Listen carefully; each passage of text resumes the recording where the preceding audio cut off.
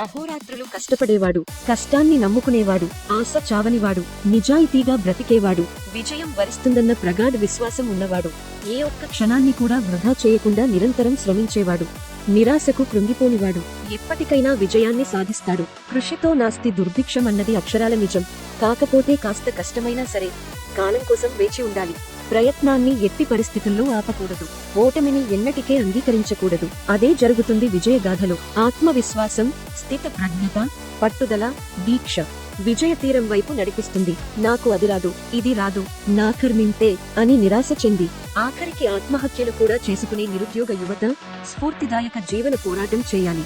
తప్పకుండా ప్రతి ఒక్కరూ కథన రంగంలోకి దూకాలి. విజయ తీరం వైపు సాగాలి. కష్టాలు, కన్నీళ్లు, అడ్డుపడే ప్రతి ఆటంకం కంటకమై మన హృదయాన్ని గుచ్చుతున్నా ఆశే మనల్ని అంతిమ విజయం వైపు నడిపిస్తుంది.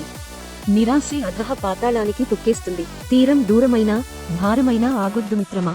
ఈ ప్రస్థానాన్ని అంతిమ లక్ష్యం చేరేదాకా జయహో.